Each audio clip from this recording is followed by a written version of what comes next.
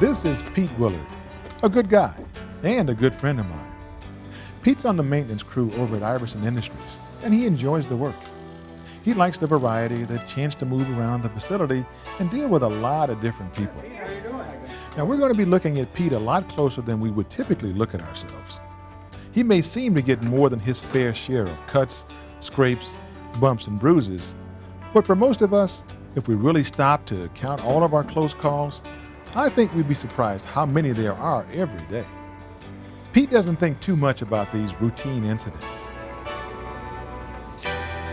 I used to think just like Pete. Little mishaps and accidents are just a part of living, no big deal. Or are they? If you really think about it, some of those close calls could have been minor accidents, or given a slightly different set of circumstances, a major injury. Now, safety is a function of risk. I mean, there's a certain amount of risk, a probability of getting hurt, a little or a lot, in most things we do, whether it's at work, on the road, or at home. The relationship looks like a triangle, meaning that for most activities, the likelihood is that you'll have more close calls than minor injuries, more minor injuries than major injuries, and more major injuries than fatalities. In some cases, the amount of hazardous energy or the amount of protection you have determines the risk. Walking involves less energy than running. A car has more protection than a motorcycle. And something as simple as walking can easily become more hazardous than running if you make the mistake of not looking where you're going. Recently, my company's been doing a different kind of safety training that's aimed at unintentional behavior. It's about how to prevent those errors or mistakes you never meant to make in the first place. It's not intended to replace training on specific workplace hazards. It's about keeping those hazards in mind and in sight.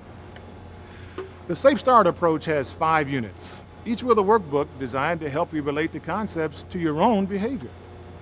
Each unit also has an accompanying videotape with related scenarios to help you visualize the concepts presented throughout the course. The Safe Start idea is a pretty simple one, but more importantly, it's based on the daily experiences of thousands of people in the workplace, on the road, and at home.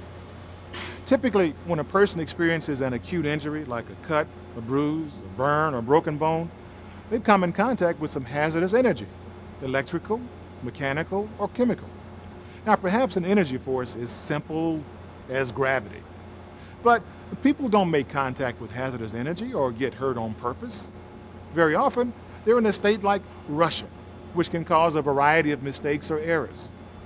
Now, the 4 states that tend to cause the most errors are rushing, frustration, fatigue, and complacency.